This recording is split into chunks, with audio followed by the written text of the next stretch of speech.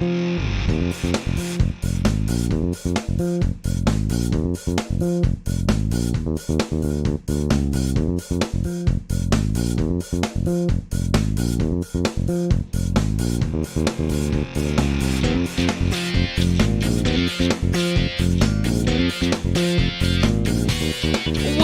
to the world of Priesthood Dispatches, where we tell your stories from the front lines of high-demand religion.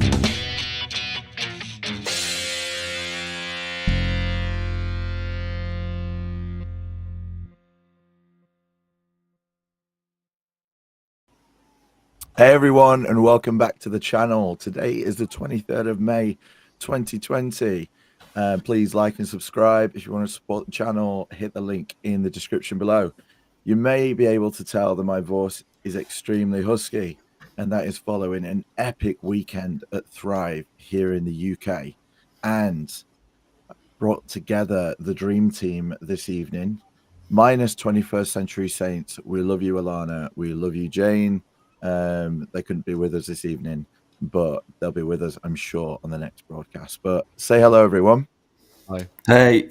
Hello.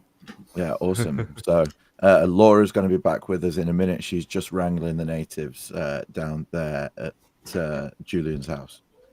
So what I thought we'd do this evening, because we all had such an amazing time at Thrive, is we're going to try and give you just a little taste of what we experienced, and kind of G you all up to come to the next Thrive here in the UK, or to find a Thrive near you, because Nemo's going to tell us about how Thrive is expanding, especially here in Europe. But what is Thrive? Thrive, I guess, is the child of Clinton, Jenny, and John over there in the United States. That's Clinton, Jenny Martin, and John DeLynn, all three of whom actually came across the pond here to the UK to be with us, and that was amazing. We had such a great time with them. Thank you so much for coming. But they really do put a whole lot of hard work into Thrive, and in the United States, you get thousands of people come out in order to just meet together and thrive beyond religion. And it's all about just kind of carrying on that community that we did have, that community that we kind of lost in leaving the church, but refinding in a non-religious kind of environment and sharing experiences. So that was what we've got going here in the UK. Here in the UK, we have Catherine Smutek and Sean Coombs, who are killing it when it comes to organizing these events. We've also got Nemo and the Bangaters, who are assisting them and just doing an amazing job. And I hope that we, in this next hour, can kind of communicate how good it actually was, and how it's a little bit different here in the UK. I think with everything in the last 12 months, we've had 2 Thrives here in the UK. We've had a Sunstone, and we've had another get-together to celebrate Mark Elwood and the Glasslooker. But here in the UK, our events, they're slightly different in the fact that they're smaller, a little bit more personal, and we always end up 2 a.m. in the club, sipping on some bud. Baby, I got what you need. Sorry, the karaoke coming out already. But anyway, before we get into the specifics, guys, how did you feel about Thrive? Peter? They all lost their voices. I shouted less, so I can still speak. It was awesome, and for all kinds of reasons. But what you described, that it's starting to really very quickly bring people together and create community. People that we've often encountered in social media but haven't been able to see in person. We had someone flying from Switzerland. You know, they're just so keen to get some of what it's offering. And it was fantastic, a really great experience. We kind of had a little prototype one with about 30 people. When was that? I can't even remember. It feels like only a few months ago. January. Yeah. And this time we had about 60 there. It was buzzing, met so many people that I was able to have really deep conversations with, as well as a lot of fun. The food was amazing. It was a lot. Just seeing loads of Mormons who used to be bishops and things having a great time in a medieval pub is an experience. Yeah. One event that I did miss, Mark Johnson, well done for pulling me up on that, the Mormon Studies Conference in Coventry. Mark was telling me about this. Did anyone get a chance to go from the panel? No one told me. No, I'd not seen it either. But Mark says it was more of an academic study of Mormonism, but I think it'd be really interesting to go to one of those again in the future. Mark, if you hear about another one happening, you can give us a shout, because it'd be really good to cover one of those as well. For sure. Okay, so Thrive for the Britvengers, and other people really started informally on the Friday night. I know that a lot of people from Thrive met with Clint and Jenny at a restaurant on Friday night, and the Britvengers met in an Airbnb with John on the Friday evening to maybe inform John on some of the finer points of the British language. It did just descend into teaching John dirty words.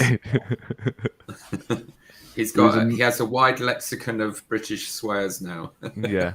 He was amazed at the many uses of the word bollocks, both as an adjective and a verb. Yep. How did you guys enjoy Friday night? And a negative. Yeah. Oh, it was amazing. Going out, getting some curry brought in, showing John what real kind of British cuisine is like. Obviously, we stole it from another country. That's just the way. So we all enjoyed some British, some curry. It was really nice to have that space together, just us to get together. And I was actually talking to Julian afterwards how it was great to meet John and everything, but we would have still done that ourselves. And that's just what we do. We get together and we have a good time. So it was really nice that having John there didn't really change that. He just added to it.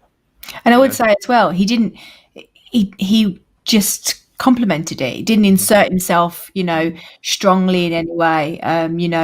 He's obviously been really, really instrumental to a lot of our journeys, and yet you wouldn't know it because he's a very humble guy. I know we've all had really. I mean, sorry, go on. No, I was just going to echo that. I know we've all had conversations with John before. I don't think any of us have met him in person before, had we? No. Yeah, and that really, for someone that has had such a big impact on the Mormon community, I was going to say ex-Mormon community, but it's not just the ex-Mormon community, just the forum for being able to talk in a very open way about everything to do with Mormonism. For someone that's had such a big impact, he's just so humble and just kind of wanted to be with us, rather than kind of, right, I'm going to meet with you and be kind of it all revolving around him. So just a great guy, really. Yeah, absolutely. So we are on the Priest of Dispatches channel, so swearing, etc., is allowed. So this explanation, I think, needs to be had, because we do have a lot of American viewers here. Yeah. Bollocks can be a positive term. Peter, can you explain the ins and outs of bollocks, please? Well, okay, and I'm really looking forward to my students at secondary school discovering this video and playing it back to me.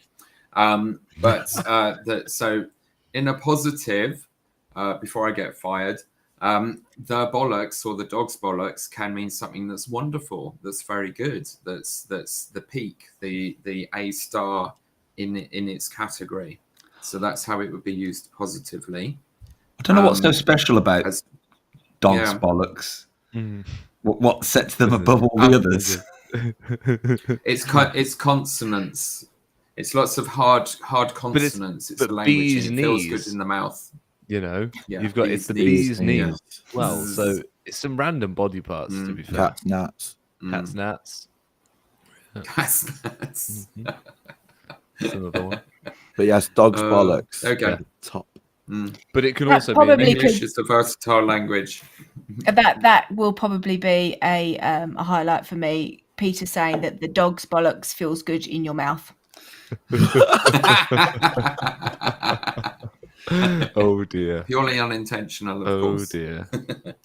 I spent all day with teenage boys. I can go lower if you need me to. Yeah. Well, no, please don't. But yeah, so dog's bollocks is top, fantastic. If someone says that's the dogs, or that's the bollocks, or that's the dog's bollocks, any of them means it's fantastic. It's really good. So if you're having a nice drink, it's the dog's bollocks, that is.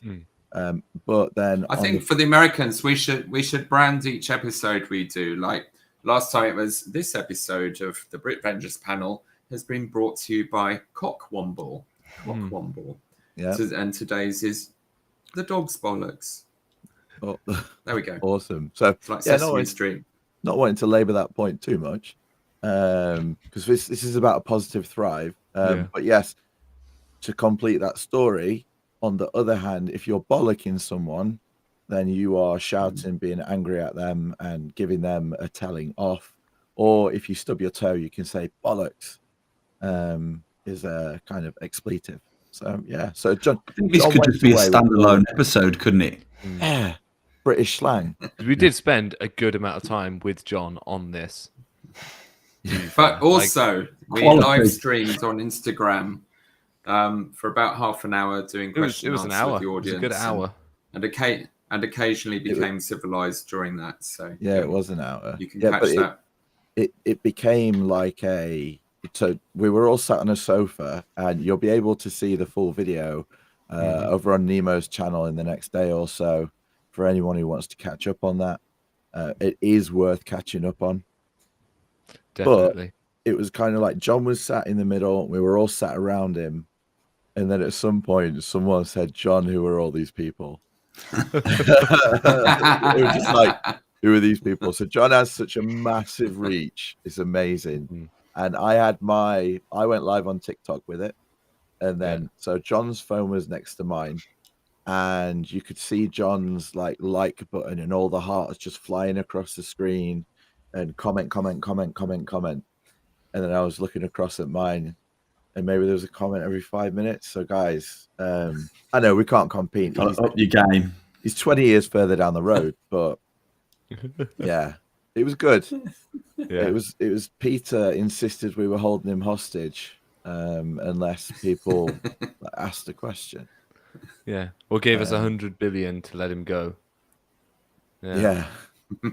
I thought one of the good questions, obviously my question, was about the pulpit, and we won't share all the stories, but John's story was especially like up there. Peter's was good too, so go and watch it. Thank you. But John's, Nemo, can you tell us John's quickly? John's story over the pulpit was that he was in the BYU, he was in the Marriott Center at BYU when a young lad went up to the stand carrying a briefcase claiming he had a bomb. Yeah. John was there. Howard Hunter was at the president pulpit, wasn't he, speaking, at the time, I think. Wow. Yeah. It's pretty full on. So that was Friday I was night. annoyed because I had mine was a 2 F-word testimony, and I thought I'd win that one. I'm still. Are we sure that the bomb was actually at the pulpit? It was known to be a fake afterwards. It was discovered to be a fake. Yeah, There's no actual bomb. But Doesn't count. you dropped the F bomb, but he tried to drop an actual bomb.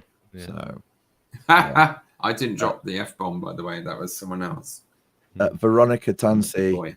we only had one evening with John. I did. In some of the other time I spent with him, I was teaching him different accents.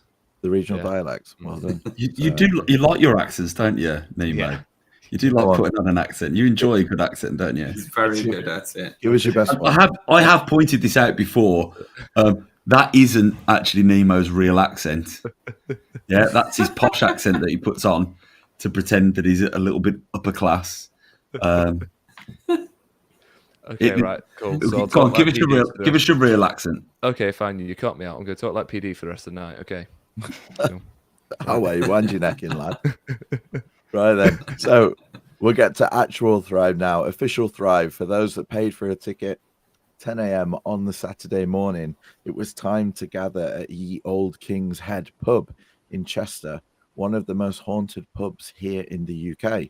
And there's actually a YouTube series about this, and I've been watching some today, and it's a good job I didn't watch it before we went there, because some of the things that happened in those rooms that we were in, like showing things flying off the walls and stuff, crazy. We Sorry, weren't told before you beforehand. get on, Something did fly off the wall actually when I was there, but I think it was somebody trying to keep themselves from falling off the table. Actually, took it down with them. It was like a candlestick thing. I can't remember who it was, but grabbed onto it to stop themselves from falling off the table during the karaoke. Yeah. we've also got a comment. Was that from the Mark crazy Fuentes. woman who threw herself at us across the table and hit her head I on was the trying to lamp? do some kind of flash dance, like really elegant, and just end up whacking my head off of the light. Julian, is this thank you, the Mark. first time anyone's ever said this? No, people compliment me on my accent all the time. Do they? Yeah. That's why his accent's getting a new temple. Yes, That's true. His accent's getting a new temple. Bitter. Peter's accent can't even get a chapel. Our accents aren't getting a new temple. I know, exactly. You can't Welling even Ward get- still doesn't have a chapel. You have Wait, to be from Birmingham to get the dosh. Peter, if you can tell us how Wellingwood don't have a chapel. Welling Ward does not have a chapel still. Okay, After SCMC, since 1842. that's the problem. 1842. Okay, well, so I several times throughout the day, I referred to all of us, or the church, as North Korea. That you can take North Koreans, they can escape North Korea, but they're still North Koreans. We are Mormons, we can escape Mormonism, but we're still kind of inbuilt with a bit of Mormonism in us. So, in true Mormon fashion, for the day, we split into groups. And we had 3 workshops, which were fantastic workshops. And if anyone was triggered by splitting into groups, that is truly how much the church has screwed us all up, because you split into groups in all sorts of situations in life. But I was genuinely, when Catherine said we're going to split into groups now and we're going to go into workshops, my heart started going a little bit, and I thought I'd text Sister PD and I said, this is far too Mormon for me. But I'm willing to admit that. But the day got so much better. But there was that moment where I was triggered and I was like, really? We're going to split into Sunday school groups. But it was good. So what we're going to do now is we're going to go through the workshops and then briefly discuss how we felt about what was discussed, and, identify where we felt the Spirit, and invite you to be baptized. Sorry, mission took over there. Okay, but first we're going to go to Julian, who is going to give us the down low on the session that was given by John. And each of these sessions was run 3 times, so each of the groups could move around. So everyone might have a slightly different experience with what happened in their group with John. Because we all may have been at different ones and different things might have come up, but we'll be able to give you a good overview of what happened there. So let us hand over to the silky smooth accent of Julian. So yeah, I'm glad that you said that, PD, because I'm not sure that what I experienced was necessarily what everybody else experienced, because it was the first session of the morning. And so, naturally things like this, they tend to kind of develop and evolve in the second delivery, the third delivery, or whatever. But I think especially, and we'll probably find this with most of the discussion groups, with the exception of Nemo's that he'll talk about in a bit. But because it was a discussion group, it was very much driven by who was there and the things that they wanted to talk to. And again, John, in great kind of humble John manner, kind of kicked it off by saying, well, look, I'm not here with any great wisdom to impart on you. This is more just a chance for us to talk and talk about, what the needs are and what we can do to help each other and that kind of thing. And that then became a big part of the discussion. You know, how we can move forward, and there were kind of people that were talking about how they've been involved in the Thrive Online stuff that's been going on, and is there a possibility to do something over here, maybe something similar, like an online group session, run in the same way that they do the Thrive one. And John was really positive about that, said absolutely, you know, and if there are people that are willing to get involved and want to help lead that, he said, you know, really that is the key. I think that the person that was talking about it or was asking about it, what they were suggesting was that they found it very, very helpful, but being the only person over here, everybody else being in the US, made it difficult in terms of time zones. So actually having a local community doing it, I think she thought would be more beneficial to her. And so, you know, John's response to that really was, yeah, that's great. If all it needs really is somebody to lead on it. And, you know, he also kind of referred to the fact that, you know, even though he has got lots of training and qualification to help him with what he does, the main thing is just to have somebody there to listen. And so to organise some kind of a group where you can do that isn't that hard, really. We just need people that are willing to step up to it. And so he reintroduced, because he'd mentioned this previously in January at the Thrive event, then he reintroduced this idea of local pods. He said that he loves the idea, or certainly did love the idea of having this fantastic ex-Mormon community, but has since discovered that that's probably not going to happen in the way that he would like. And part of that is because the natural kind of sequence of events is that people come in at a time when they've just left and they're really needy, but tend to move on. And that doesn't mean that they don't come back. You know, we talked about the fact that Mormonism definitely has its own gravitational pull, and so even if you kind of feel like you're, you know, flying off into the atmosphere, it will sometimes kind of bring you back into its orbit. So we talked about the idea of these pods, so small groups of, say, you know, 6 to 10 people that can get together regularly to have these conversations and to put on a, you know, I guess like little, you know, in kind of Mormon fashion, like joint family home evening sort of thing, if that's not too triggering. But just the idea of people getting together to just, without having to be a big event, getting together to talk and to discuss and stuff like that. I actually talked a little bit about you guys. I talked about the fact that we have a Britvengers messenger group that we will use regularly to kind of share ideas, you know, by chat, or every now and again it will go off and we'll all get together for a proper phone conversation. But then just mentioned the fact that we also use it to just moan sometimes, or to just vent because something's happened and we you know, we feel like, you know, we need to talk to people that understand, and it really has become a wonderful group where as friends we can support each other. And I think, you know, that's something that hopefully would be quite easy for us to do. So that's something that I think we'll be looking at going forwards, whether that's done through Thrive or any other way. You know, it doesn't need to be some kind of formal setup, but just a way that people in the UK can set up these little pods, these little groups, so that we can kind of get together and form those small communities. Awesome. I think for me, this was probably the first time since leaving church that getting together with other people, anyone had asked me in a group kind of like how I felt about something. And that was quite liberating. And I think, you know, John's session, and we'll hear about some of the other sessions, will have been quite liberating for some people who felt so alone for a long time in their decisions, because it is a lonely decision, especially if your spouse hasn't made the same decision, or your friends, you know, you lose a community. So it's these spaces, I think, and that's what makes you feel heard again.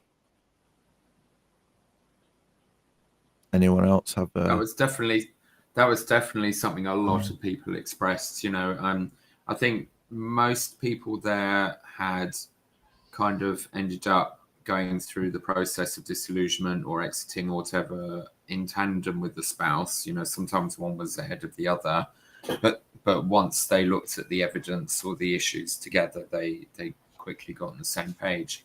But it can be absolutely devastating. It destroys marriages. It breaks up families. And also a lot of people were talking, of course, about the tensions in their relationships with wider family who are still active in the church and so on. So there's a whole world of pain there that needs ministering to, you could say, or addressing or support. So Thrive is a fantastic initiative. And I love its honesty. I think initially John DeLynn and Mormon Stories community and others were pioneering all kinds of things in Utah to try and, in a way, replicate church, to replicate that intensity of a community. But I think the conclusion generally seems to have been you can't have that level of intensity without a shared ideological belief of some kind, but also a lot of negative motivators like shame and obligation and duty that in effect makes you invest a lot of time and effort in something while abandoning your family, while not focusing your money and your time on the needs of your own immediate family. So where they seem to be at really, or this journey of discovery or trying things out, seeing what can we do, is a mixture of finding bits of that kind of community in whatever floats your boat, whether it's music or a social group or sports, whatever, that you go to different organizations to get those things. And that's been the approach of some people who've been doing that for a long time that I've spoken to. But with it, that some events to get together with other people in your situation and talk is just incredibly therapeutic and helpful and inspiring. And particularly, as you said, I talked to several people who really are going through this alone. There's no one in their stake they're aware of or region that they can talk to. They were just kind of wide-eyed and amazed to find so many people they could speak freely to who absolutely understood the journey they're on. So I think that's something very powerful that Thrive or anything like it is offering. Okay. And as if by magic, highest degree. Yes, dividing into groups was extremely Mormon and triggering. Dividing into groups by sex took it up another notch to extremely Mormon and triggering. And but I think, go on, Nemo. I was going to say, I think to her credit, Catherine realised once she said it that actually it's not going to work for a community that's trying to be inclusive to folks with differing gender identities and things like that. And so she kind of made a comment to say, well, actually, just go where you want. It wasn't there weren't exclusionary groups based on those genders, but that's how we'd kind of chosen to group things. But I think it was positive. It was in the fact that what we were actually dividing into was the groups that the church saw us by, and because the male and the female experience of church is very different. It shouldn't be, but it is.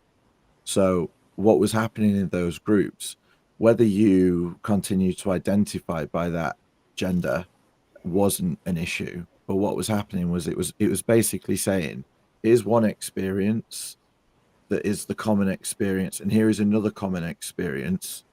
Let's sit in those survivor groups and let's talk about them. Because sometimes in a workshop, when both of those experiences are mixed, the time can get shared out, and depending on who the dominant people in the group are, some people might not get as much from it because they're speaking about something that they just can't kind of apply themselves to or see themselves in because it was a totally different experience.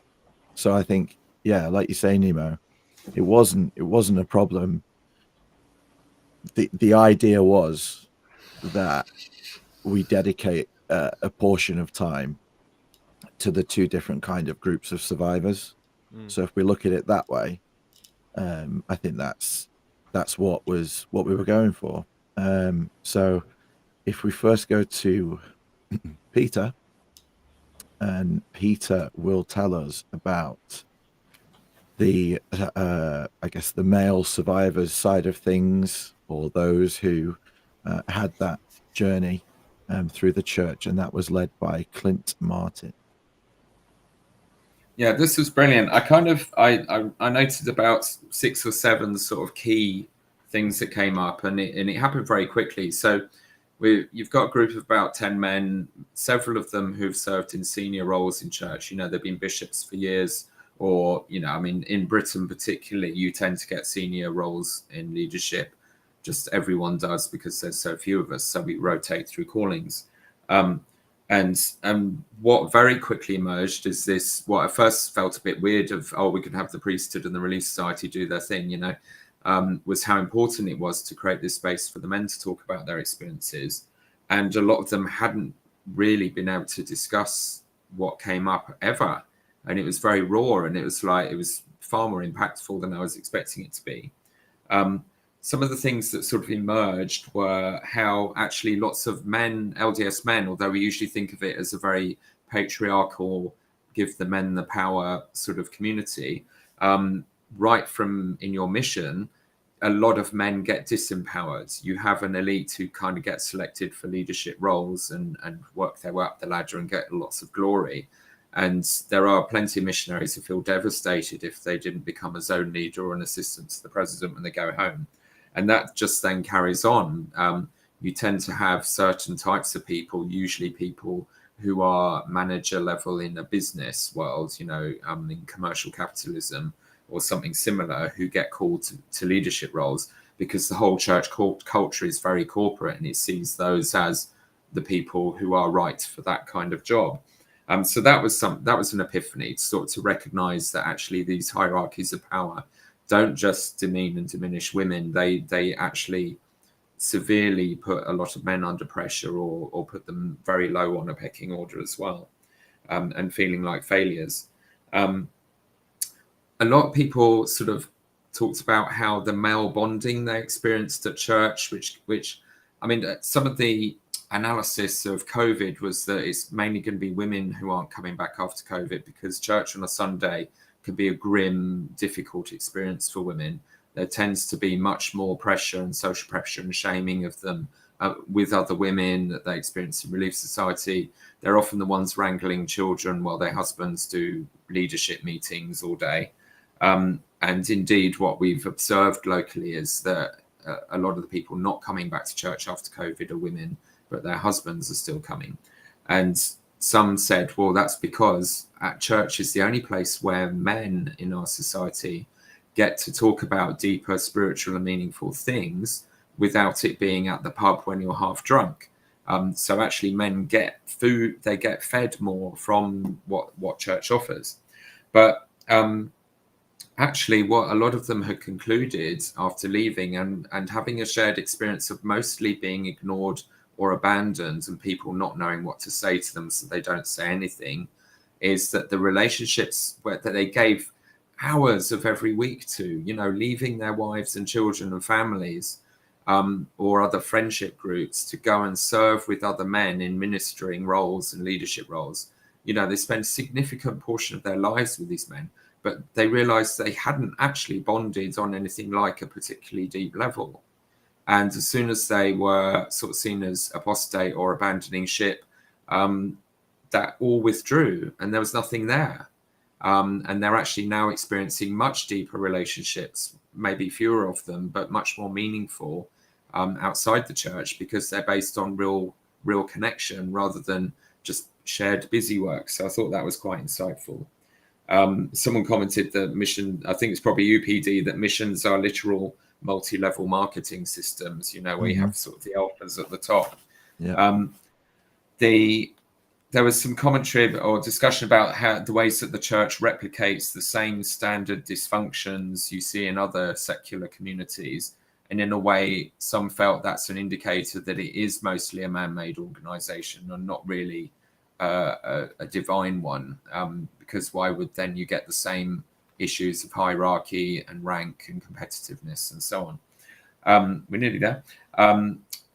There was some discussion about, do you miss the leadership roles? You know, we were challenged and asked, you know, you've spent years in a society where you automatically have power and influence, and people have to respect you because you're a man or you have a leadership role.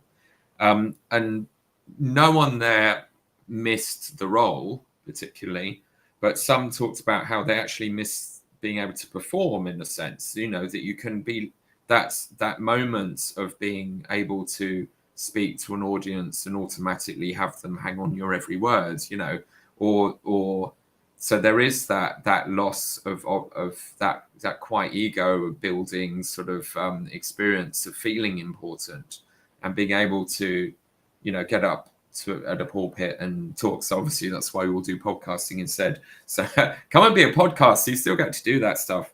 But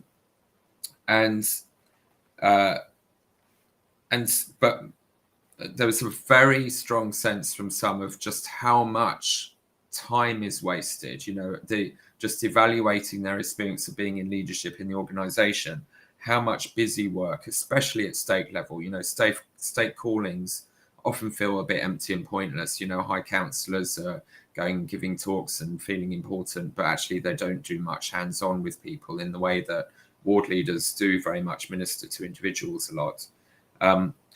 But I think, and some discussion about how there is no pastoral care for local priesthood leaders while they're serving. They give. They do on a Sunday. They're in meetings and before church. They're there at sacrament meeting in this presiding role, but then they don't get to be in the lessons usually because they have a long queue of people outside their office bringing them trouble to deal with.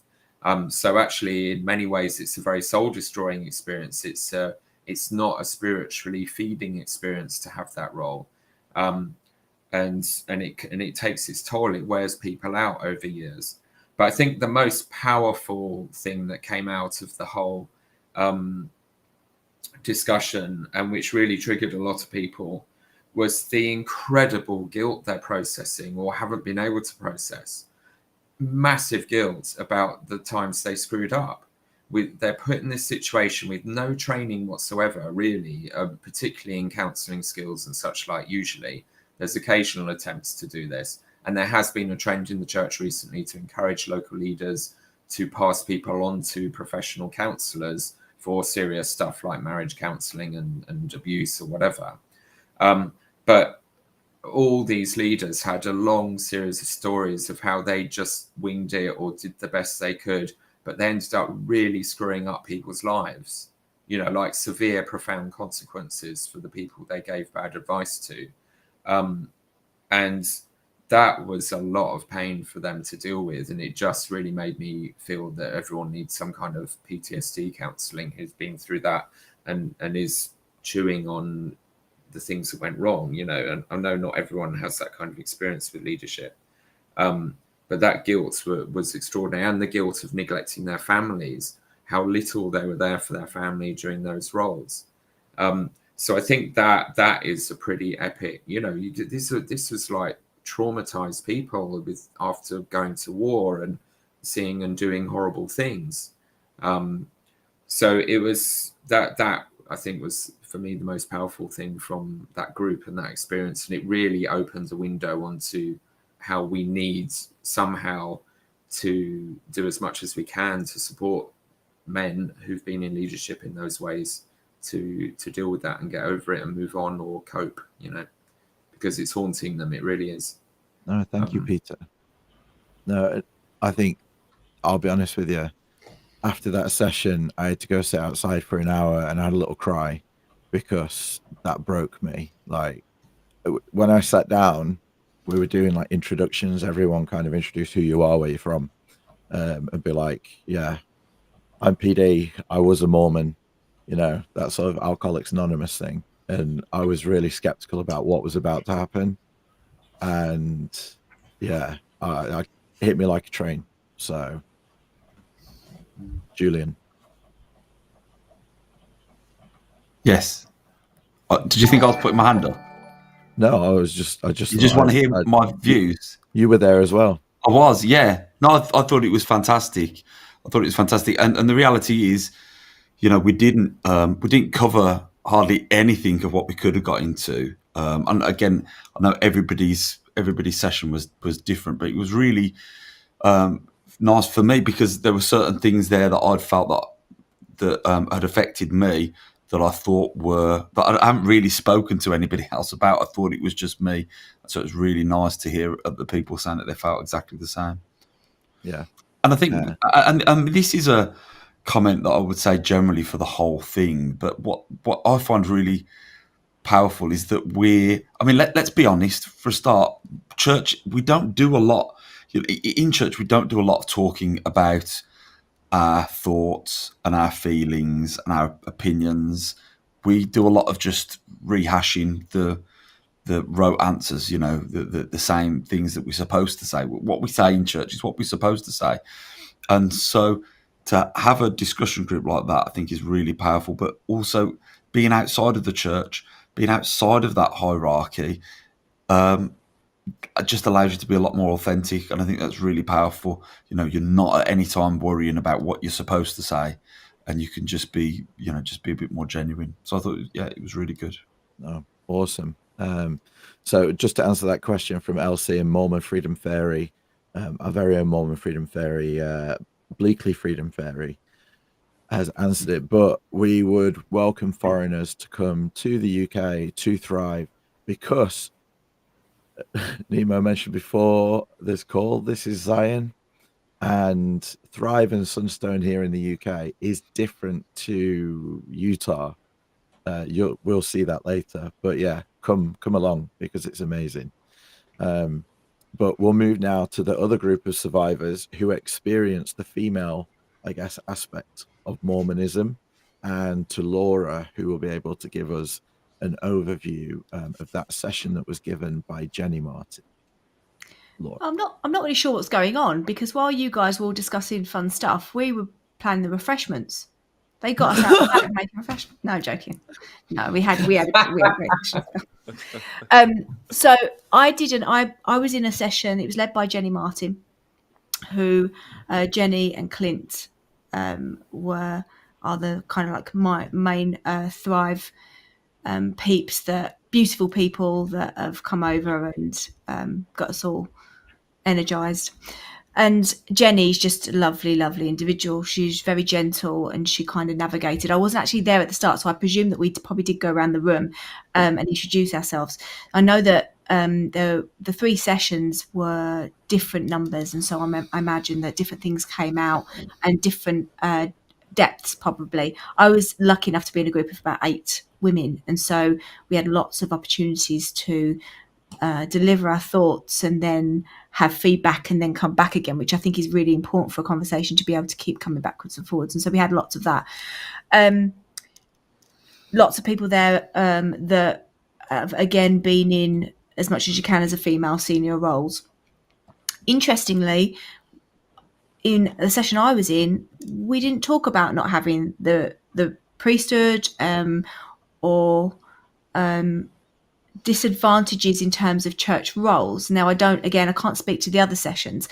And it was something that when we talked about and discussed afterwards, the difference between the men's session and the women's session, and this is the theme I think that we've talked about before, where with women, it is an outrage that we have not been able to serve and be involved in the same way as men. However, I was never promised that I could get to the top. I was never promised that I could become Heavenly Father or make planets or do any of those things. And so there was a limit, but then if I didn't get there, I'm not a failure, because it was never promised to me.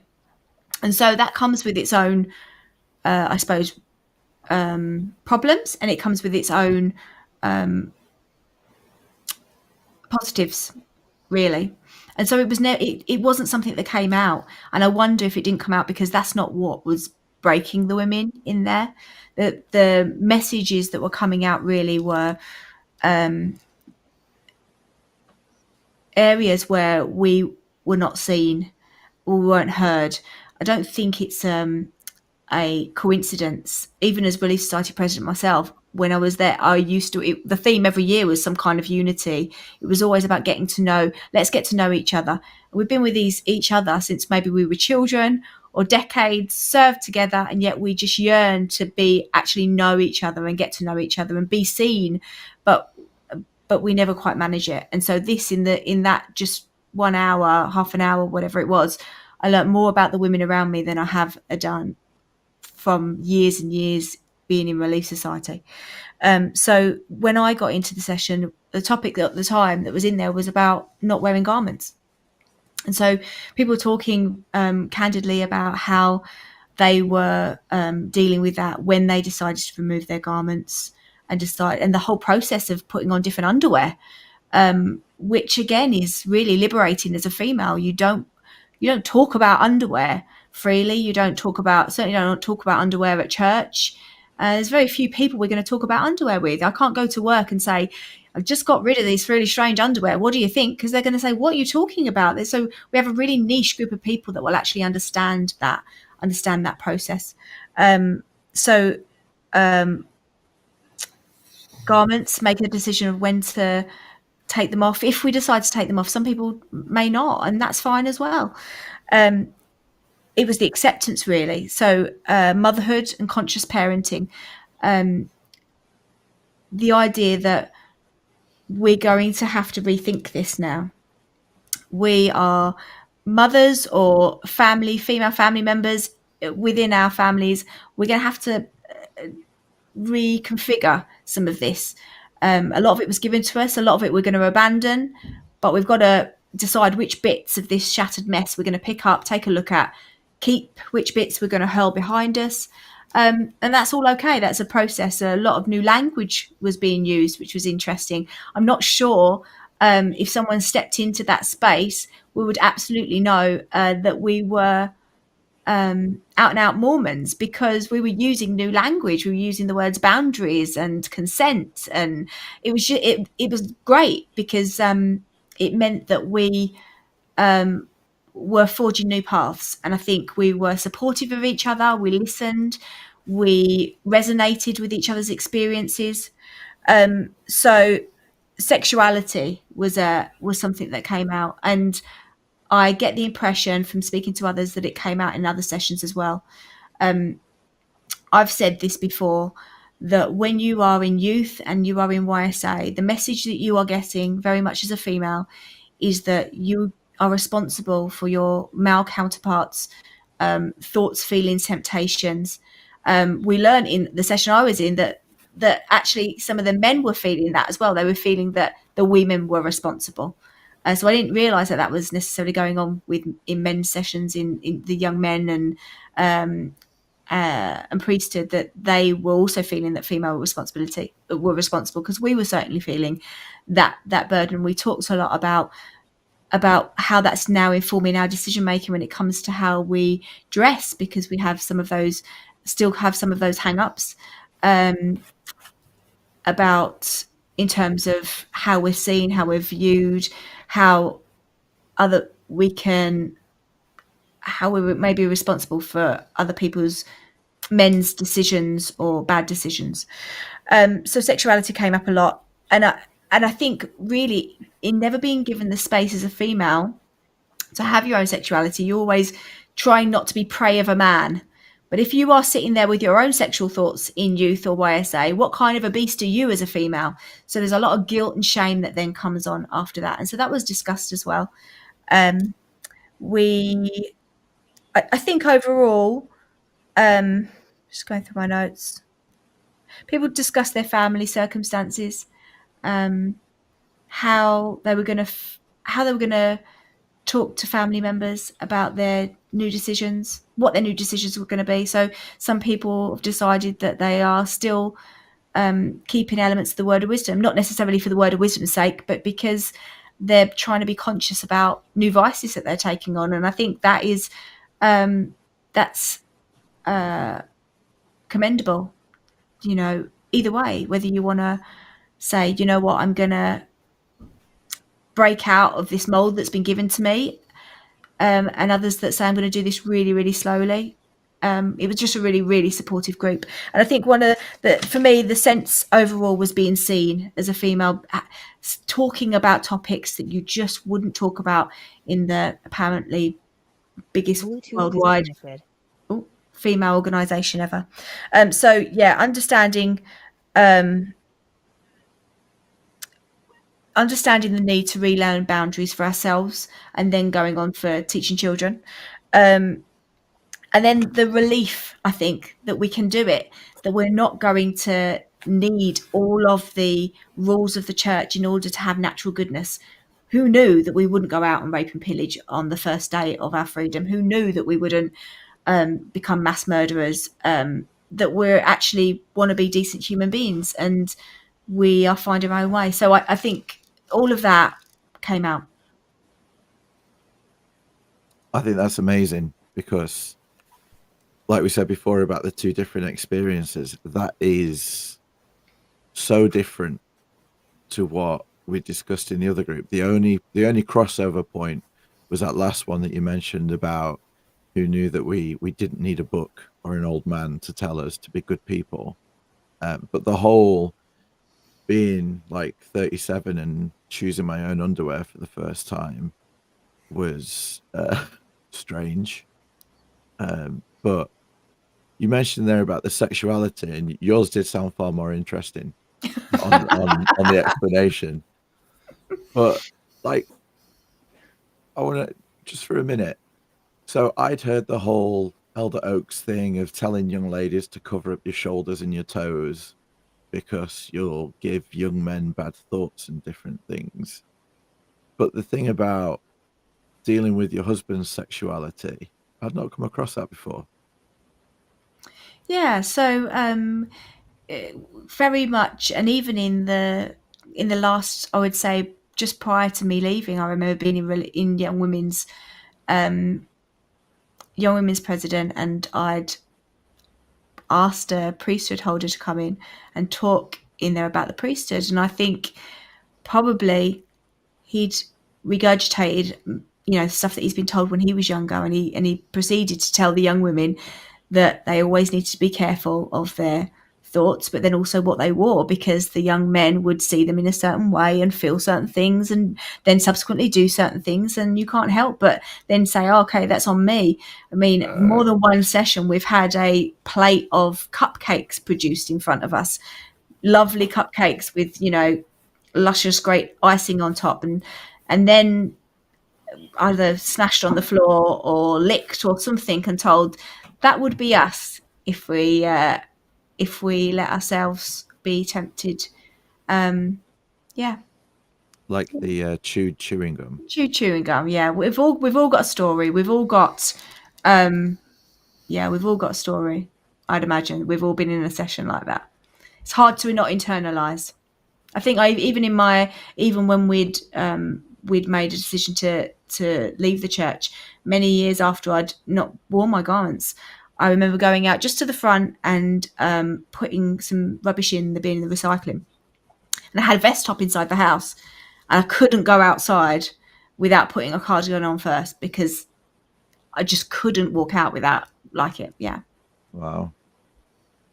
Whereas look, woo!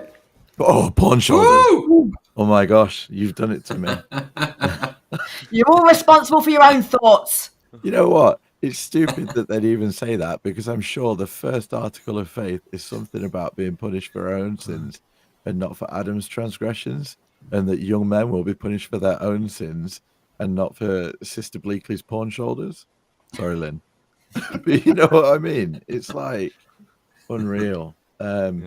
Just hailing back to the other session, as Peter said, Yvonne's just sent this and saying that she appreciates the comments and that it's so true.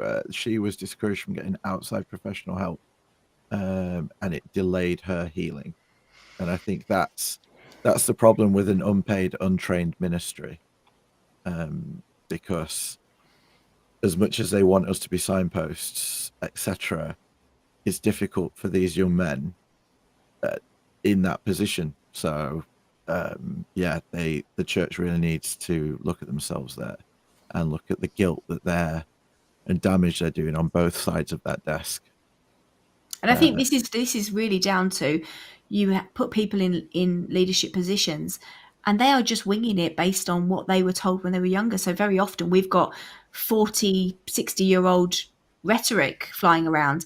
Yeah. But this is on the church to provide some decent pastoral care. Other churches are doing it. Other small churches with not enough money are doing it. So you have to step up and start providing some decent pastoral care, because your leaders will want something to be able to say that's useful, but they will just say what's been said to them if they don't get it, Yeah, or absolutely. get permission to be able to trust themselves. Well, it's a bit like having a. So I'd sorry. Go. I was going to say it's a bit like having a leader who grew up in the Victorian age, or the polygamous age, leading us today. How crazy would that be, Peter? Well, I made the point that my mum was a relate counsellor, and she sort of segued into doing a lot of the counselling for the church. And she and the other sort of team of British counsellors tried to do a lot of training actually with bishops and stake presidents. So this started, I don't know, probably about 10 years ago or something. And along with the idea of giving them a few basic counselling skills, but mainly the message that you forward it to a professional. And that should be the norm now. But what the counterpoint someone made to that I thought was really interesting was like, yeah, but even that can be problematical, because you've gone to your religious leader for counsel. That's the person you're disclosing to. And if you're then immediately shuffled off to another professional you've never met, when it's taken a lot to be that vulnerable in that one moment, and that person is in effect recoiling and saying, I can't help you with this, but here's a phone number of someone who can, we can pay for 6 sessions. That really made me think twice actually about how, to do religious ministering right, you've got to be the counselor as well, but trained, and this is what other professional churches do. You are a minister and a leader, but you go to university or you do courses or you actually get qualifications in therapy and counseling as well, so that you do have the skills to kind of at least be a bridge in that process, that you have the confidence and the knowledge and the professionalism to get those things right and then pass people on. And of course, after establishing this network of supportive counselors and counsellors themselves need debriefing with other counsellors, that's part of professional practice. Some random general authority in the area presidency came along and just decided to shut down their network, and stop them talking to each other and having, a coordinated organisation just on some whim. So even when we do manage to get things functional in some way in our country or in the church in a region, it only takes someone completely ignorant with no experience or training in that area to come along and be appointed to a male leadership role, and they can just scupper the whole thing. And it was, it just was a disaster. So again, it's this constant tension of occasionally getting something right, but then screwing it up still. Yeah. And this is just the frustration of modern Mormonism over and over again in so many areas. Yeah. I think, Can I go on, Sorry, John. I was just going to make a comment, just without kind of going into the details of because really we're just giving an overview of what the whole Thrive thing was about. It was really interesting, Love, that you kicked off by talking about the whole the discussion that we'd had about the priesthoods thing, and that was something that was really important to me. When you handed over to me, PD, I didn't feel like I could say it on the broadcast because it's it's great. It's a wonderful illustration of the issue. I thought I can't say how we talked about how hard it is having the priesthood, in a mixed setting, because obviously I realise how ironic that sounds, but it's true, and as men with the priesthood, you've got this extra yardstick to measure yourself on, and one that, when you look inside, is quite clearly rigged towards a certain group of people, and that can be devastating. But I could never say that in front of a mixed group of people, because I would feel so bad talking to women who have been denied the priesthood about how terrible it is to have the priesthood. So it is a tricky one to manage. But I think there was definitely some merit in having those separate sessions. But I Yeah. will also say with that as well, it's kind of gone out of my head. It's all right. It happens. I'll come back to you on that one. Okay. It's important enough. 2 quick points. One, Peter, there was an effort, like you said, for counseling and to try and train priesthood leaders. I was part of that effort because I had sat with the church counselors for a long time following a difficult time in my life. But a lot of it always came back to the atonement of Jesus Christ will fix me and will sort out my problems. And it just didn't. I got more from 1 hour with Clint and some other survivors than I did from tens of hours with a church counselor trying to fix what they'd done to me. So it doesn't work when it's because I was having a faith crisis and wasn't believing in Jesus Christ, and he was telling me Jesus can fix me, so get over your faith crisis, because until you get over it, you're not going to be fixed. And I'm like, it was so backwards. The other point was someone had made a comment, Catherine had made a comment just a little bit further up the chat about sexuality, and that the sister was the gatekeeper. And isn't it interesting that in a system rigged by men, that men are the gas and women are the brakes? You know what I mean? And that you can blame the sister for not stopping whatever happened. I think that's ridiculous. But I think some amazing points have been made there. And as we say, we could go all night about just those 2 sessions. But we'll move on to Nemo, who gave a session of his own 3 times over. I sat through this session, participated in this session, and thought it was fantastic. But we'll just hand over to Nemo now to get an explanation of what he was up to. Yeah, part of the reason I have no voice other than the karaoke is trying to deliver a session in a very noisy room. But it was excellent. Well, I enjoyed doing it, I should say. I gave a session on critical thinking and how it affects those that leave the Mormon Church, and the lack of critical thinking that some members end up leaving with, because the church essentially teaches us to have others do the thinking for us. So it was an opportunity for people to start thinking about how to think critically, how to regain those skills that are there, that we do have, and a lot of us are very capable of. What we did was we started off with a couple of examples of critical fallacies or fallacious thinking, logical fallacies, and then we then split into groups, into smaller groups within, and I got people to start coming up with examples, because I thought it was really important that people hear logical fallacies coming from their own mouth, as well as just reading examples of them. Because if you can hear yourself making that mistake, you hear yourself doing that, then you realize that these things can go out of my mouth as well, and you can stop yourself from using them, hopefully, in conversation. It gives you the opportunity to stop yourself, because at least then there's one rational or logical party in the conversation, if you yourself can keep yourself free from logical fallacies. So that's what we did in the group. Nothing particularly profound, but it was enjoyable for me, and a lot of people seemed to take something from it. That was nice. I beg to differ. I think it was pretty profound. Yeah, it was very profound. Yeah, it blew my mind a little bit, to be honest. And I was only on number, I think, how many of them did you have? 15. 15. I think I probably cracked about 2 of them.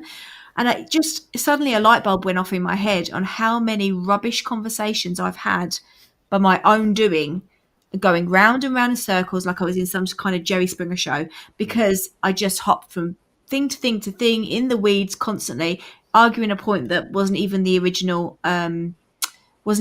subject. So that's definitely for me. I will go back over those and learn them and understand them and try and take them on. That was the really two things that I think. Yeah, that was the thing I tried to really help people with was if you're trying to have a useful conversation with someone, it's important to stay on topic. and things like straw man arguments, ad hominem attacks, all that sort of stuff can be used to get you, like you said, Laura, to defend a point you were never even making in the first place. One of the examples I gave, if you don't mind me giving it here, BD, is a woman says to her husband, I'd rather adopt a dog than a cat. And the husband says, why do you hate cats? And so then she ends up in a position of arguing for cats, arguing about why she does not hate cats. But that was never the discussion. That was never her position.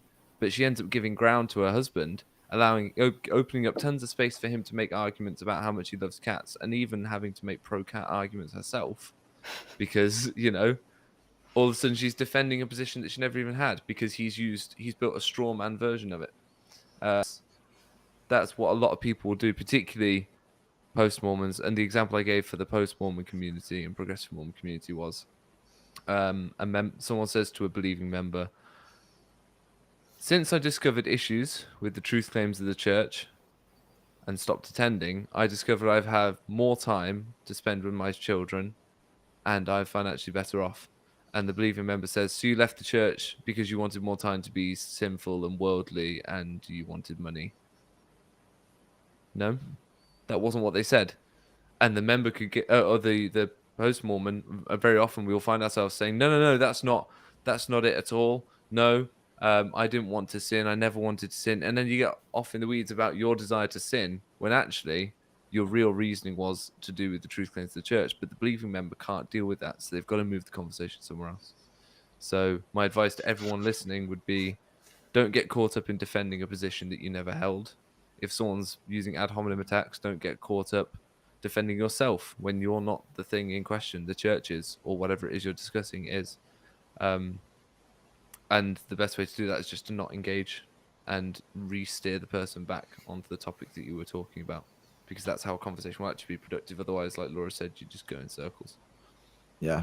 And I think one of the things I took from it is something that you said there as well, about that's how the TBM member deals with it. Mm-hmm. I don't think that a lot of people still in church think when they're having these discussions, I'm gonna use this tactic to try and take it apart. I think it's a natural defense mechanism, because what that person is now presented with is someone who's possibly a loved one, possibly one of their peers that they looked up to, who was now in the church's eyes being deceived by Satan. So that person needs to understand why that happened, and needs to find a reason right there in front of them. What was it that you did wrong that led you to this point? Because that will make them feel more secure. It will make them feel more comfortable. Like, Julian's got a beard because Julian, I don't know, did something better in his past and he's got a bitching beard. I can't grow one. But I'm okay with that because I didn't do the thing Julian did. And it's kind of the reverse of that. Yeah. Like, Julian's now an ex-Mormon because he stopped reading his scriptures because he wanted to go and watch Match of the Day every morning, or whatever it was, but you can say, so that was your problem. You didn't have time for Jesus in the morning, because but they've got to put you in a position that is opposite to yourself as the believing member. They can't be like you, because if they're like you, there's the chance that it could happen to you too, and you can't deal with that. It has to be, it can't be for a legitimate reason, because if it is a legitimate reason, it could happen to you too, and you can't conscience that. There you go. Okay. I think that also invokes empathy. If you bring it back to that idea of, this is all that's happening here. They don't hate you. You don't hate them. They are just trying to create distance for their own well-being because they're feeling emotionally unsafe. And so when they do that, I think if you can manage to keep your head in the right place, understand critical thinking, and remember that, I think it's a lot more of a productive conversation. It's one of my favorite things that I got to say to people was, I introduced people to the idea that individuals are not the ideas they hold. People are just vessels for ideas, right? And actually, one of the hardest conversations you ever have is with someone who is possessed by ideas. They've allowed ideas to control them. These ideas take them over. They just become controlled by an idea that they don't truly believe themselves. But people aren't. Yeah, people are vessels for ideas. So don't go attacking people for the ideas they have. You need to contend with their ideas. Go on, Julian. Yeah, I was just going to go along with what you're saying there. I think that is especially true of something as emotive as this, and this is something that we've talked about a lot before when referencing the work of Jonathan Haidt. This idea that actually we're not motivated by reasoning, we're motivated by emotion, and then once we've made an emotional choice, a lot of the conversation that comes out of that is just post hoc reasoning. We become the lawyers for those decisions that we've made. Justify, yeah. Yeah, exactly. And so these conversations are often not very constructive at all because we're not getting to the root of the real problem, which is why you feel that way.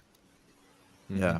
And I think, Julian, the emotion is massive in it. I remember standing outside a chapel one night and my best friend at church telling me that he was going to go get a tattoo. And when he said the word tattoo, my heart just dropped. Everything just drained out of me because I was a believing member at the time. And I was like, how can you go and do that to your temple, to your body? I had massive issues with tattoos. I wouldn't even let my kids put like a transfer on. And yeah, like the emotion just hit me. So yeah. And I think like another kind of general observation from Thrive is that when you're getting these conversations with people, you realize that these are all people that have left because they really cared. They really took it seriously. No one has walked out of this because of some flaky reason, because of some, on a whim, because of something that they wanted to do, some way that they wanted to sin. These are the people that took it really seriously, and I think that's something that comes across really, really strongly. And so often, and I know this is really controversial now, but often the people that stay are the ones that are there much more because of a feeling that they've got, because of how it makes them feel, or some sense of loyalty, or something that's much more grounded on an emotional level than because they've studied the scriptures and because they've sound understanding of the doctrine. Yeah. And I think Doug sums it up well here. I read a quote recently that said something like, you can't reason to talk someone out of something they didn't use reason to get into. Yeah, I did. I gave that quote. Great minds think alike, Doug. I used that quote in my session. You can't reason someone out of a position they were never reasoned into in the first place. Yeah. Yeah. Okay. So we've done just all on the... that. Yeah. Sorry. Just I while people were sort of all the conversations I had and people were sharing, I did a little list of the reasons they actually gave for leaving, like what the triggers were. So I'll just read that really quickly, if that's all right. Amazingly, none of it was pornography or tea. So one was discovering that the Earth is older than 6,000 years. One, having a child coming out as LGBTQ. Discovering the history of the racism and Black people in the priesthood. Very frequently, it's reading the gospel topics essays and discovering how much you were lied to. Seeing the temple ceremony online for someone, the appalling state of the organization from top to bottom and how it doesn't have a place in modern society, and reading the CES letter. And basically all of those are very rational, intellectual, thoughtful reasons. Then they are about truth. They're about discovering reality. Not being deceived or bamboozled by Satan or evil vibes or temptations. Obviously, we're a bit self-selecting. Maybe there are a lot of people who just leave to go and have orgies, but they obviously wouldn't come to Thrive necessarily. So we are sort of the nerdy end of the spectrum. That came later. But I think, I just wanted to throw that in there, that you just keep wanting to shake the people who are still active, who label everyone who leave as just doing it because, as you've already said, they weren't reading the scriptures enough or they didn't really have a testimony. And I've literally heard that last Sunday from someone talking about why their son left. And it's like, I know that guy had a testimony, like he was in for decades. And it's just, you know, they've got no other script. And I think things would be transformative if they actually woke up to why people are actually leaving. But then they might do those things and leave themselves. Yeah. So everyone wants to keep it stum. Yeah. I mean, Nemo, what I was sort of having a slightly different experience because I still go to church. And I think I was the only person there who still does regularly. And basically, I had lots of quite deep conversations with people who basically think I'm mad and can't imagine why I'd want to, you know, while being respectful that I do. They're like, but why? Why would you even do this thing? And so I'll just, in a sense, offer a slight counter view of someone who does still find something worthwhile or hope or potential within this actual religion on its own sake, as it were. Nemo's given me a load of homework now, because as he was trotting off the logical fallacies, I kept thinking of scriptures that actually contradict the logical fallacies, or in a sense support their ideas. So to give two examples, the hasty generalization is where you find one aspect of one thing is true and then you would just assume all the rest is true, which is absolutely typical of how Mormonism works. I felt good about two verses in the Book of Mormon, therefore 200 years later, whatever President Nelson just said about gay people must also be from God, you know, the big generalization. Well, Alma 32 completely negates that. It says, do the experiment on the word, but don't get cocky with it. You've only found the truth by testing it of that one thing, that one seed you planted. You're going to need to plant more seeds to find out if the other things are true as well. So there's a scripture against hasty generalization. And Doctrine and Covenants 121 negates the appeal to authority. The appeal to authority is you must do these things because I am an ordained leader and I have the Lord's anointing, therefore what I say is true. And Doctrine and Covenants says in 121, no power or influence can or ought to be maintained by reference to the priesthood authority of a person. And the second they do that, their priesthood goes. So I'm on a little hunt, if anyone wants to email me or message me, for where are the Mormon scriptures that actually, negate, are congruent with the idea of the logical fallacies. I've got one. Because, go on. The Lord So- looketh not upon the outward Yeah. appearance, but upon the heart, which negates ad hominem arguments, because it's about Yeah, what yeah. it's about the That's a good one. message Yeah. someone is trying to share, not about who they are as an external Yeah. person or what you might think of them. Yeah. Huh.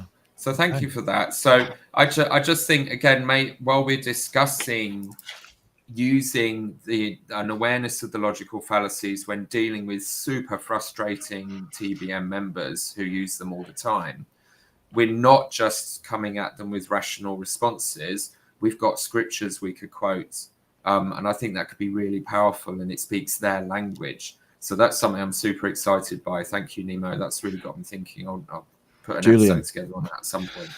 Yeah, I just wanted to say something else on this, and again, I appreciate that this might be controversial, but I do think it's really important to state that I'm not for a second suggesting that the people that haven't left the church aren't as intelligent as people that have.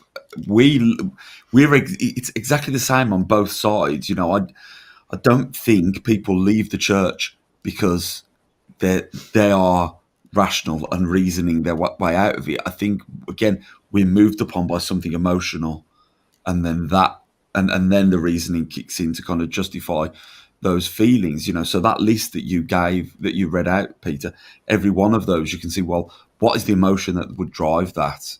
Yvonne made the comment about, you know, when you pour your heart into it and you put so much effort into it, and then you learn that you've been lied to, that's not a rational response. That is an emotional response. That feeling of betrayal, that feeling of shame. You know, wow, I thought all these things were true, and I've even spent 2 years of my life telling everybody these things, and now I feel like a fool. That's an emotional response. So these things work on kind of both sides here. You know, all reacting to these emotional drives, and doesn't matter how intelligent the more intelligent you are, the better your mental gymnastics to some extent. So I'm not for a second saying that because I've left because I'm cleverer than anybody else. That's not the case at all. Okay, no, and totally, because there are very intelligent people still in the church. So it's purely, there is definitely not a kind of, the more intelligent you are, that's the point at which you drop out because your intelligence has gone past. It's an emotional thing, and then that's the secondary, what the emotion leads you to. So I totally agree with you there, Julian. When you first said that at the event, I thought, of course you reason your way out of it, but now that you've said it again, I'm like, no, I know many like university people with masters and PhDs who go to church every Sunday and believe that the church is 6,000 years old, or believe that whatever it is, because they've had the emotion that confirms that to them, and they don't need to look at the other stuff because they've had the emotion. So, yeah.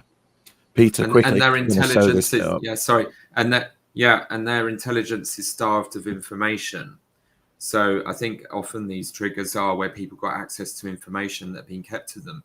We'd all been using our intelligence within a certain body of information of what we thought the facts were.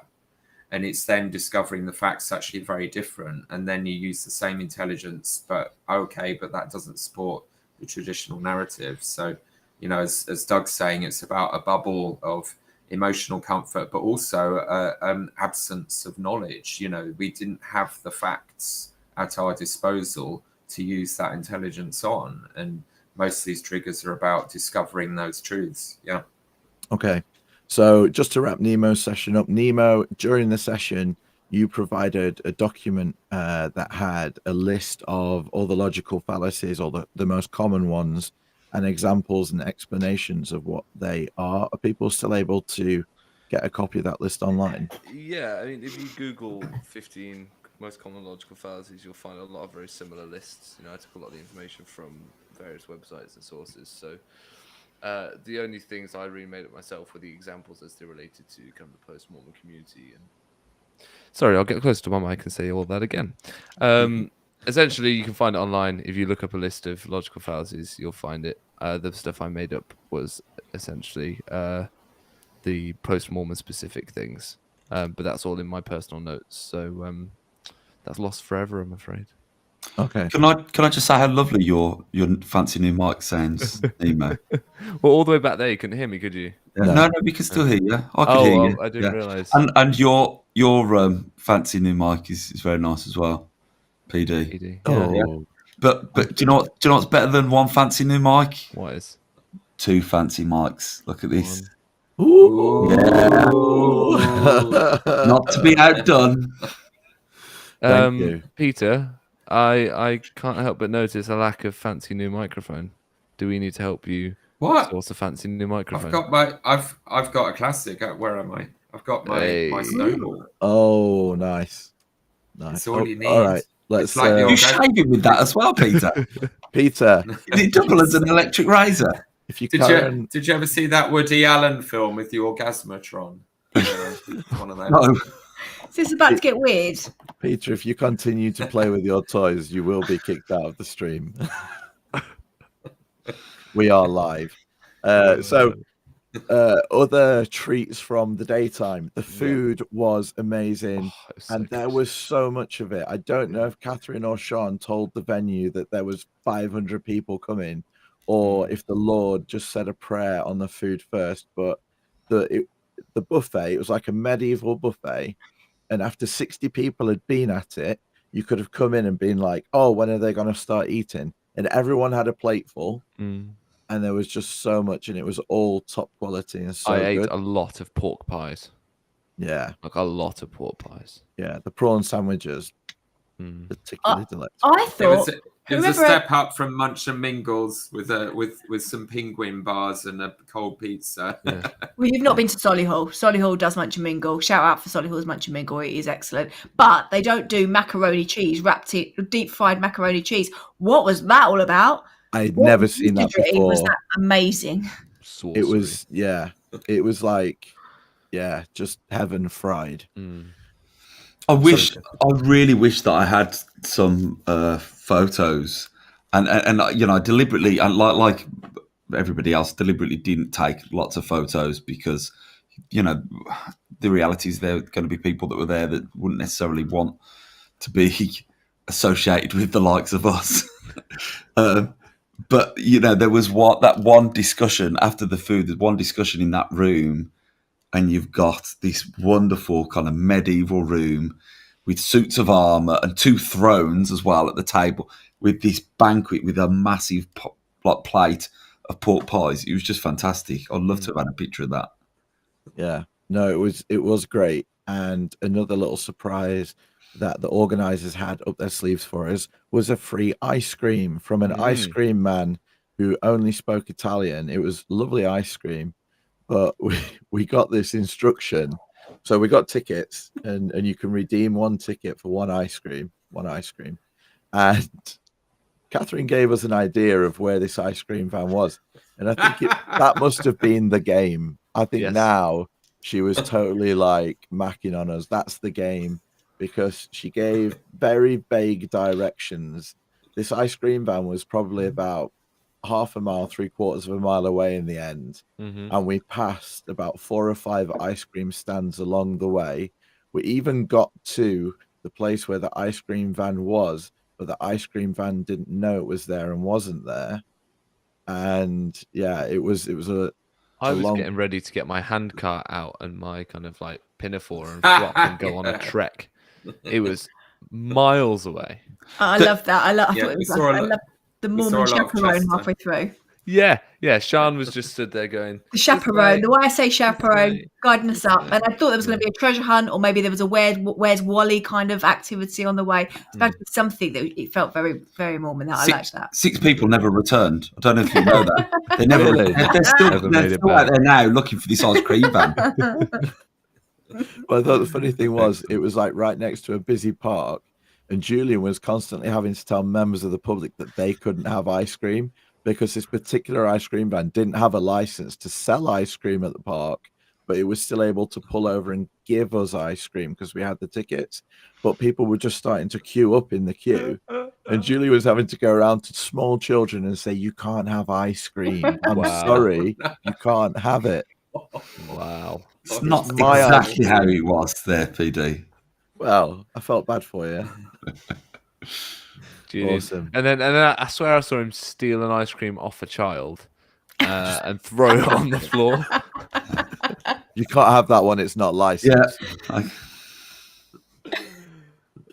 Awesome. Right. At this point. And then the next morning, you guys abandoned us and we had a freezer full of Magnums. So I had to eat 6 bloody Magnums for breakfast on Sunday.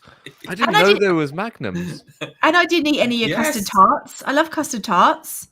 I know. Still got them in the fridge. That would have been very soothing on our poorly throats as well, Peter. It would have been good.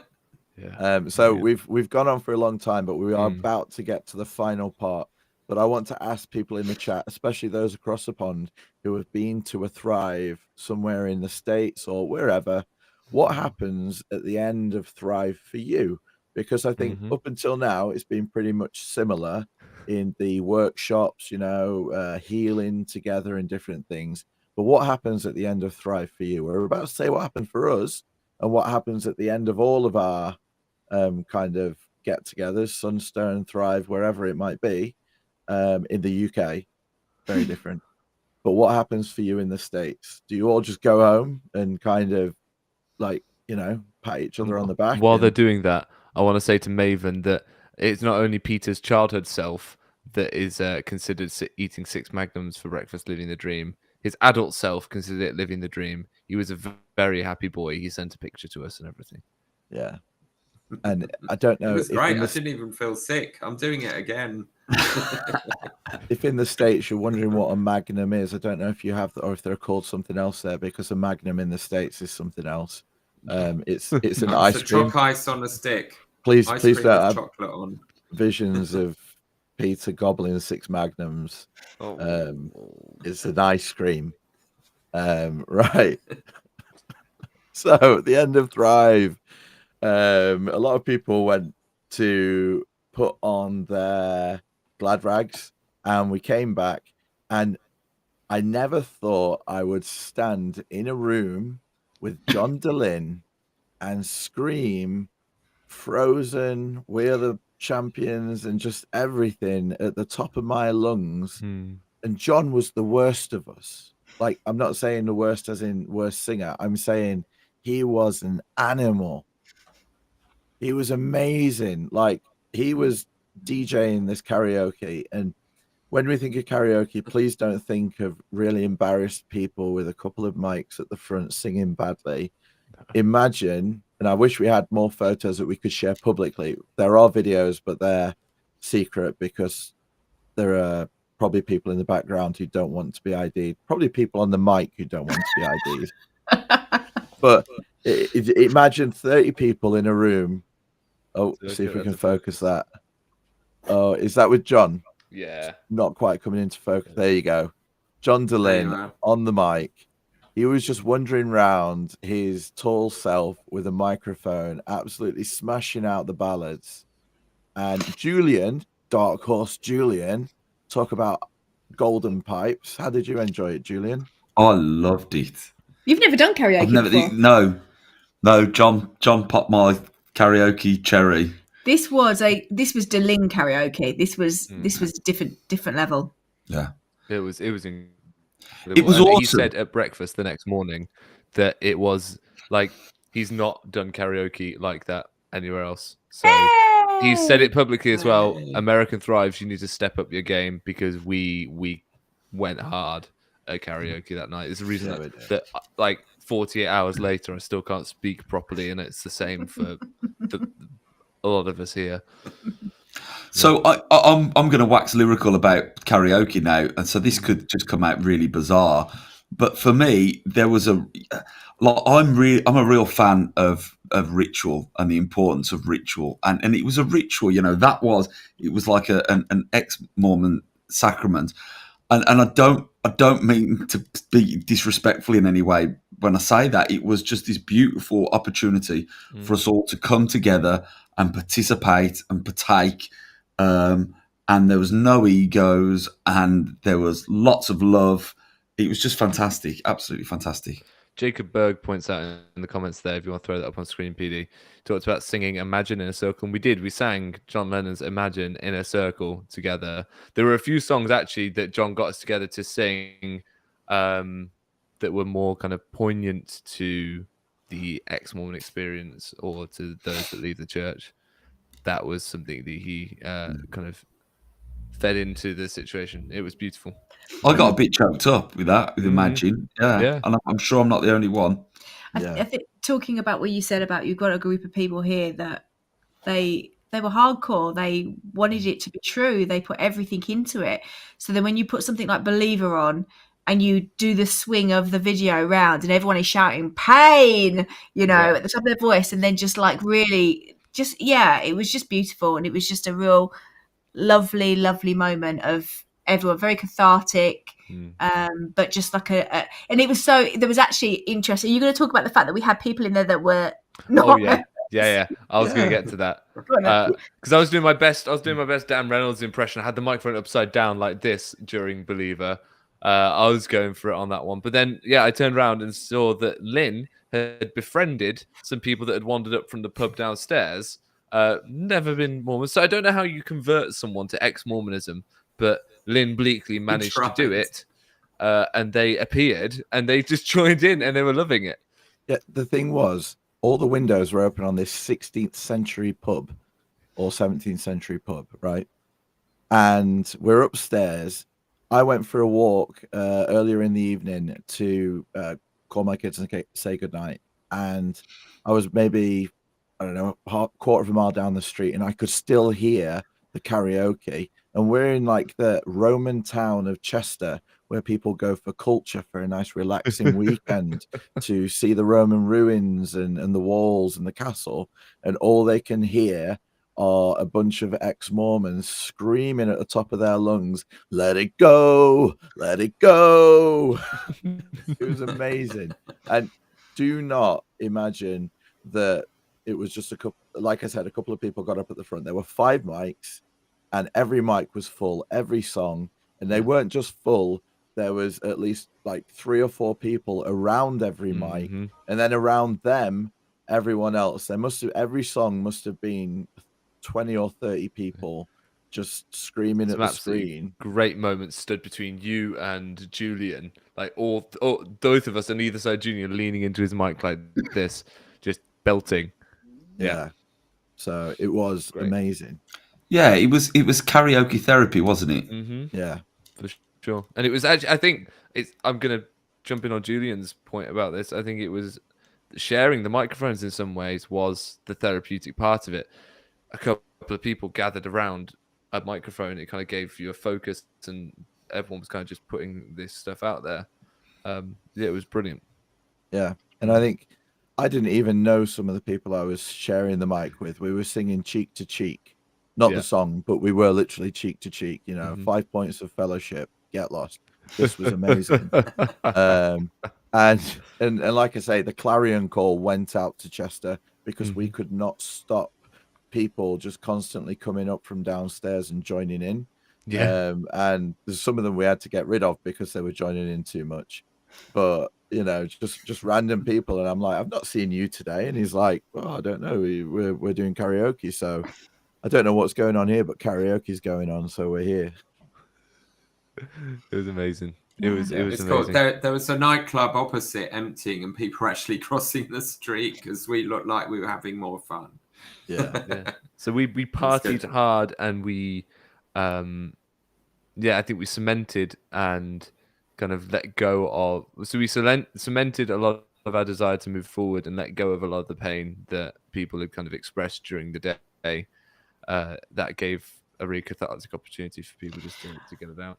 And I think with this going forward, it means that there is a group of people already that those barriers are broke down. So you come together and you will instantly hit the ground running. But please, because I know that there's some people that don't feel like they can come to Thrive or Sunstone or anything because they might be traveling on their own and they don't know anybody. And especially if you feel like there's already like a group of people that know each other, come in, you will be welcomed. Come in, sit down, join in, and just join the movement that's happening in the UK because it's on its way.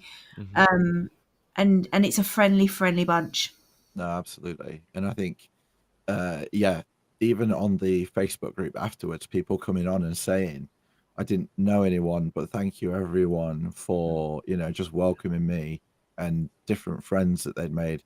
Someone they didn't know anyone, but then they realized that when they got there they did know people, because someone said to me, oh, do you remember me? And I'd served as a missionary in their ward 20 years ago, and gone to dinner at his house and sat with him at dinner, and we didn't recognize each other straight away by face, but I was like, he said, oh, the house with the lake, and I was like, yes. And then all the memories come back, and you've got that connection. So there are people there who you will know somehow, because we're all connected. Let's be honest, the UK is a small place when it comes to Mormonism, or you will get to know very quickly. And the party didn't end after the karaoke. At midnight, Peter dragged Lynn kicking and screaming back to their Airbnb. But Clint, Jenny, we dragged them out to a club called Cuckoo for a further 2 hours until they kicked us out at 2 a.m. But yeah, it's just a kicking end to what was an amazing day. I think for me, there was a lot of broken people kind of walking around after being stripped back in those sessions with Clint and Jenny, and having done some serious kind of soul searching and looking inwards for the first time. And then, as Julian said, the karaoke came along and it just sorted all of that out. So we're going to go to final thoughts now, everyone, because we've been going a little bit longer than I thought we would, but I think we've talked about some really interesting stuff, and I think we brought out some things that you know, none of us thought we would. So if we can go around and get your final thoughts on Thrive UK, and then what we've got next coming from you guys. We start at the top with Laura and Julian. Just a massive. I thought it was that it was well structured. The venue was beautiful. I thought that it provided provided space for the conversations. The karaoke at the end was just absolutely brilliant and done really, really well. Not just someone comes up and sings "Why, Why, Why, Delilah." Not that there's anything wrong with that song, but it was done so well. If you went and you enjoyed it, spread the word. Spread the word, because there was a couple of people there, or there was somebody that only found out the day before and flew in from Zurich in order to be there. But he only found out the day before. Jacob, yeah. And he partied all night with us. Yeah, he did. He was there till the end. Yeah, right to the very end. And so spread the word so that people have a bit of time to plan for some of this as well. Yeah, totally. It really gave me a sense of how privileged I think we are in the UK to have a really good community that is bordering on family, but without all the messed up stuff. Yeah. Nemo. I just want to take this opportunity really to plug the fact that if you are listening to this from a country outside the UK or the United States, fear not, because I've made it my personal mission, with the blessing of Jenny and Clint, to bring Thrive to as many European countries as I can. And what that looks like is I will turn up in your country. I will set up a very small, informal Thrive event. As many of you can come as you want. So we'll start to make those connections. I probably won't come back for a while, but you guys should start doing something again and build, and the Thrive organization will support you. They'll send you the funds to get a venue to make all this stuff happen. You can then sell tickets, and all they'll try and do is make the money back. And they don't mind if they don't, to be honest. So it's going to come to wherever you are. There's an event in Berlin next month. There's going to be an event in Poland coming up in the future. We're planning an event up in Scandinavia as well. The Netherlands will come soon. So reach out. If you want to see Thrive in your country, let me know, and we'll see what we can do, because this is an experience I'd want as many people as possible to have, because it was beautiful and my cold British heart was melted. Awesome. Peter. Along with my magnums. I've often talked about, the LDS Church in exile. These people are amazing. There's more of them than there are active members of the church in Britain. Now we're down to 11%-ish active. So there must be a huge number of people out there who might really benefit from this. And I'm not saying that to kind of create a new church or start a new organization or whatever. This is been unbelievably helpful. High return for just the investment of a weekend. For a lot of people, and so do reach out and invite people along, because it's extraordinary, and I'm so pleased this is happening. And it's people who are bringing all the best stuff they learnt from the church and caring about each other and doing it in a much more healthy way with integrity and so on. Personal stuff, I'm editing like crazy. I've got footage for a gabillion episodes, so I'm in the depths of a series about responding to Brad Wilcox and everything he said, including the next 2 episodes to come out, what he said to the youth of Sunderland stake. So got a British angle there. Are you also going to give us a Fox update, Peter? So the Fox shouting's going well. Yes, the Fox is completely not intimidated by my shouting. Like, we were in the garden today and it's just trotting along. It's like my pet now. I'm like, hi, I live in your garden. You can't stop me. That's going well. But the first Bradgate episode includes some Fox shouting. There you go. Awesome. Thank you. Okay, well, thank you everyone for all the viewers. Sorry, Julian, go for it, AD. Julian. Can we just do a shameless plug for the Sunstone Conference as well? Yeah. So if you went to Thrive and enjoyed it, if you're listening to this and you didn't go to Thrive and you think that sounds good, then please come and join us on the October 7th to the 9th. So Friday 7th to the 9th. So it's 2.5 days. Yeah, so that's going to be held in Solihull in the West Midlands. It's absolutely fantastic. We're going to have discussion groups. We're going to have Presentations, community space, some well-being, all of that kind of stuff, plus karaoke. We tried to do hip hop karaoke last year. We couldn't because of COVID. Having seen Thrive, we absolutely It's have definitely to do happening. Yeah. So please join us. You won't regret it. No, fantastic. And I was going to say, Thrive, yes, it will come back. But first, we've got Sunstone again. And will you come and sleep on our couch again? I will. PD? That's become a tradition. It is, yeah. The second night, I end up on Laura and Julian's couch after not intending to get as drunk as I got. So twice in a row now. So let's make it 3. Send your kids away though, because I don't want to scar them for life if they wake me up in the morning and I do my fainting goat thing.